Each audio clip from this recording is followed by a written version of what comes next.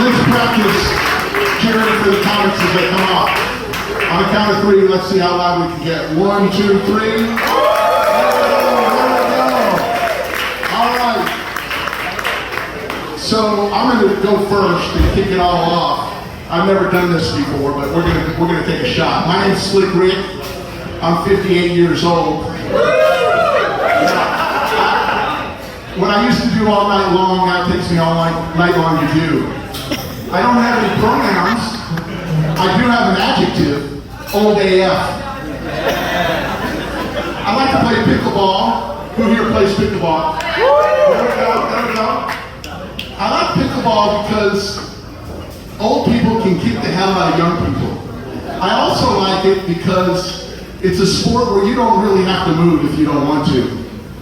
The other day I'm playing with a guy, my playing partner's 78 years old. 2 college girls come up and we play them and we actually beat them 11-1. As we're walking off the court, one of the college bros turns to the other and says, I can't believe those old guys beat us. Didn't we see that one guy walk out of here with a cane? I'm telling you. Doctor's visits when you get older, it's really tough. The questions they ask change as you get older. The other day I'm in for my annual physical. My doctor looked at me and said, are you having trouble getting an erection? And I said, now? I mean, if you call me Slick, turn down the lights and put on Barry White, maybe I can make something happen. Get it, Slick. You know, I find myself a bit of a risk taker. I jumped out of an airplane last year. Yeah, thank you. And if you don't know this, until you're certified, you have an instructor strapped against your back the whole way down. I didn't understand how I'd feel about having a grown man strapped to my ass. I kind of liked it. So much so that we went on 4 dates. I'm just kidding, it was 5.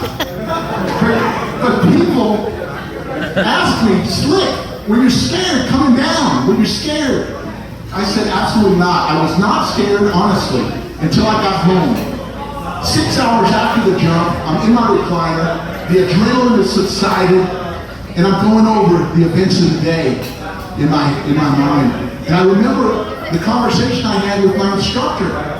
He had just told me that his girlfriend of 7 years broke up with him last night, kicked him out of the apartment because he lost his job.